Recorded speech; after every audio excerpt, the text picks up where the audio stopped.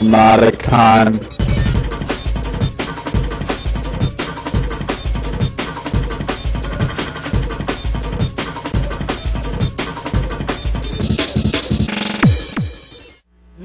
No, that's if I drop my pants. I get $5 more if I drop my pants and work it into the presentation.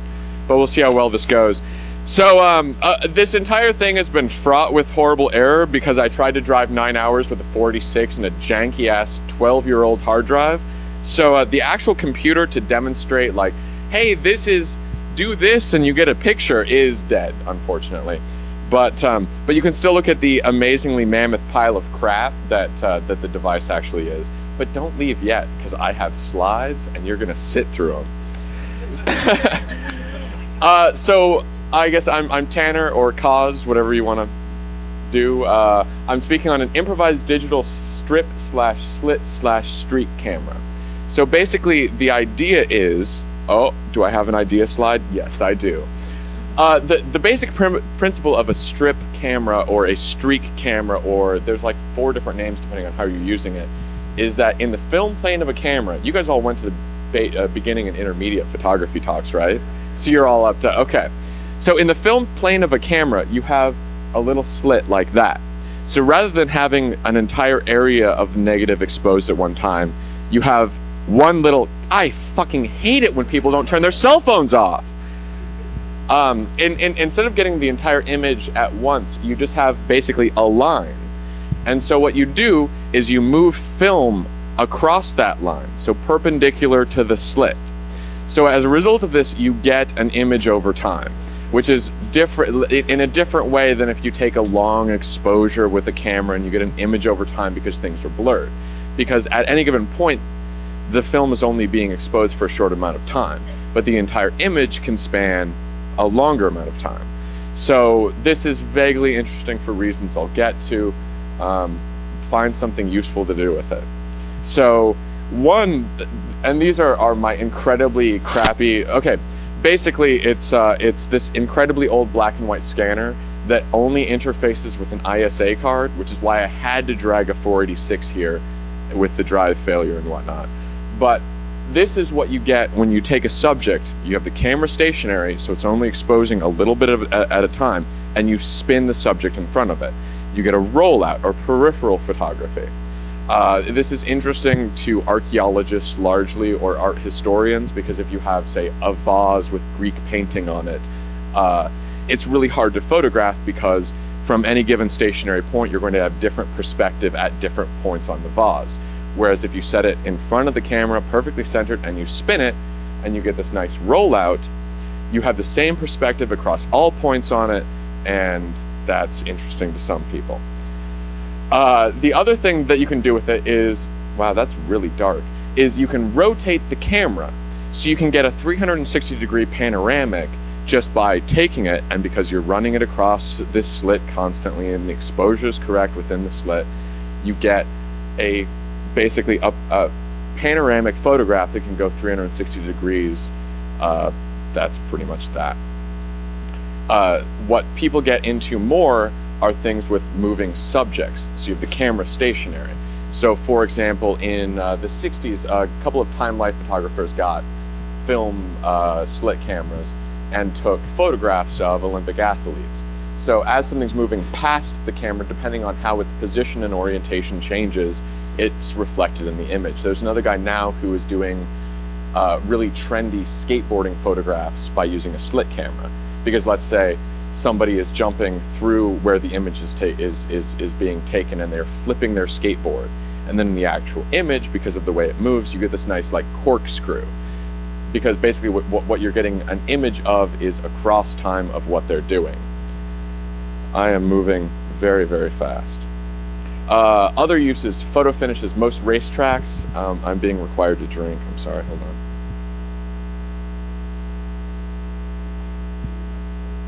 It's Coke.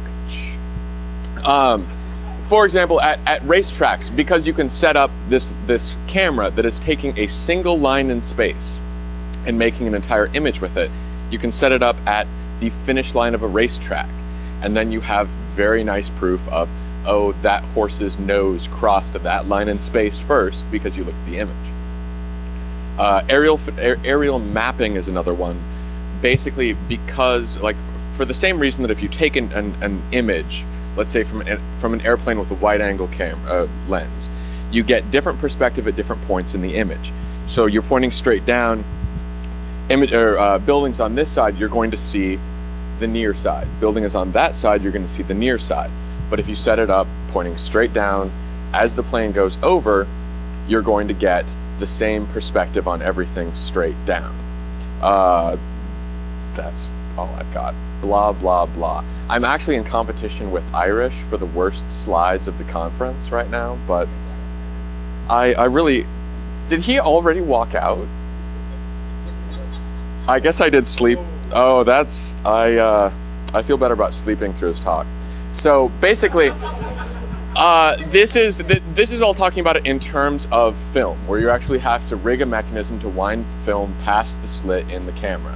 Well, there's a really common piece of technology that uses just a line and creates an image by taking progressive samples along that line, and that's most computer scanners. You have something like a mirror under a light that moves across your flatbed that puts the image back into a nice little lens that focuses it on a linear CCD.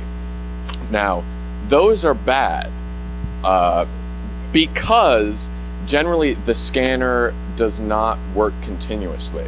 It goes an inch down the image, fills up its cache, it writes it out. It goes an inch down the image, writes its fills its cache, writes it out to the computer, and it pauses. And that's no fun because it's not continuous.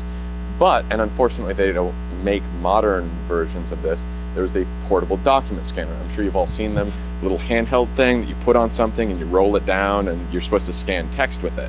Well, what that does is, just like a mouse, it has a little wheel with gaps in it, and then it counts how many times it hits a gap, so you can actually control the rate at which it's sampling, which is useful for the previous uses. Useful for uses, right. Simply because if you're, say, taking a panoramic, if you run out of space before you get around 360 degrees, that's bad. If you have a ton of space left over, you don't have a whole lot of vertical lines involved, that's bad. So what you can do, and this is the bit where I really wish this was actually working, what you can do is basically take, and this is my amazingly awesome diagram here. Can I hear some oohs and ahs? Nice. What you can actually do is, there's just a gear train here. You hook up a... What? you basically just hook a motor up to it with a... Oh, great, I don't even have the fucking variable resistor in the photograph. You basically hook a pot up to it so that you can control the speed at which the motor's turning, and then you can control the speed at which the scanner is sampling, and then you can control exactly how many vertical lines it's taking over the course of time, which is just like controlling the rate at which film is moving across, except since this thing has this nice dial here, on the actual scanner, one side of this is black and one is white.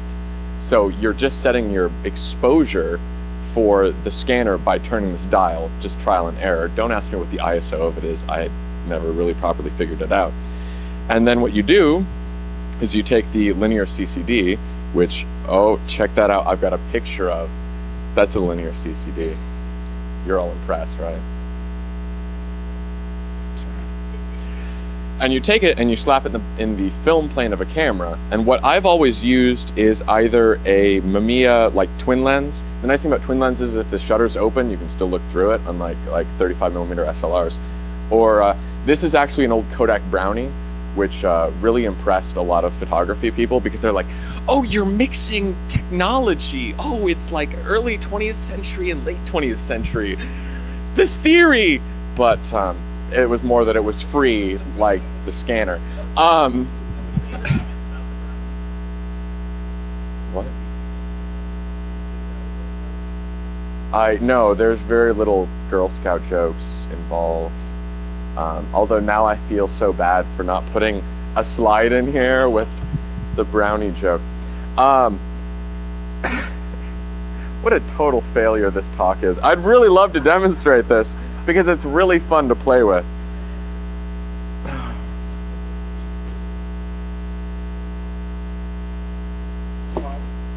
Yes.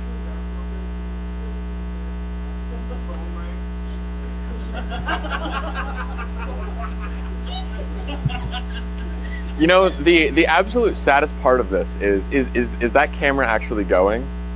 Yes. The saddest part about this is that at some point, someone is going to pay money for the video of this. Yeah.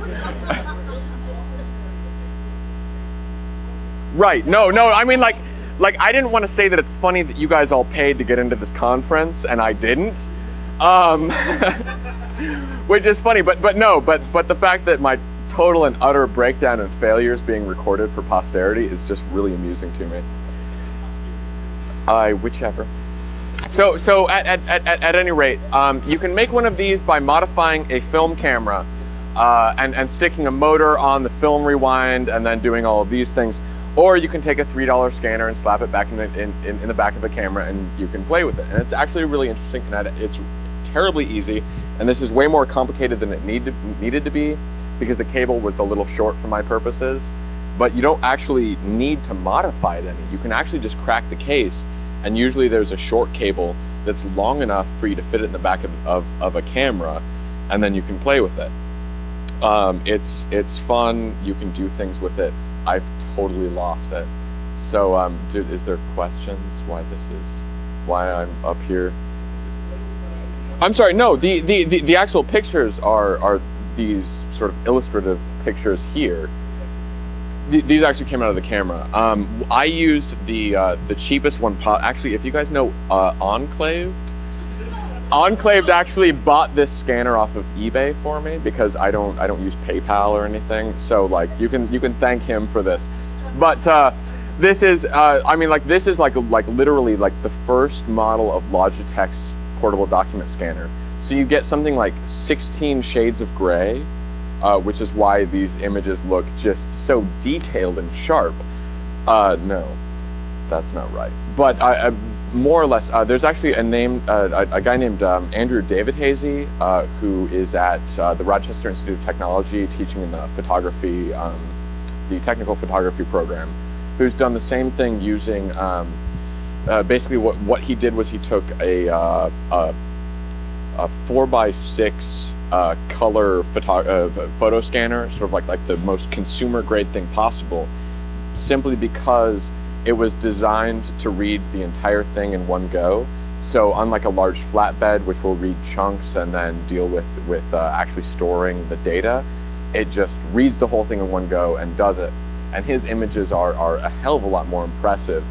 But since they made me sign the copyright form, I couldn't include other people's images because there's.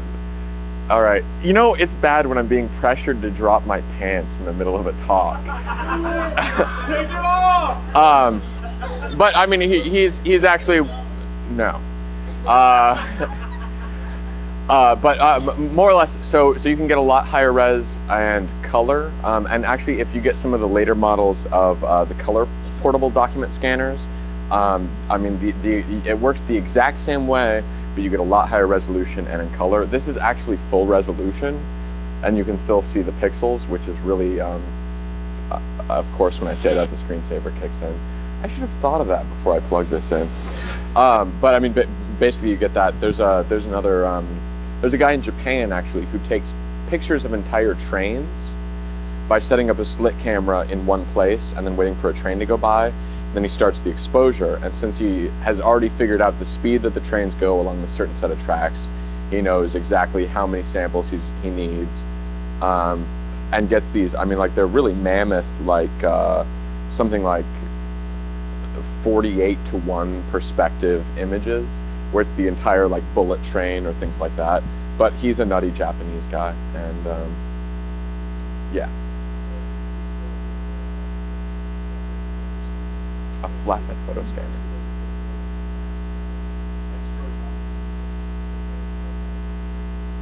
That might actually be the same thing that we use. I was actually looking for one, not for this, but you can make like a 122 megapixel studio camera by getting a 4x5, because I've got a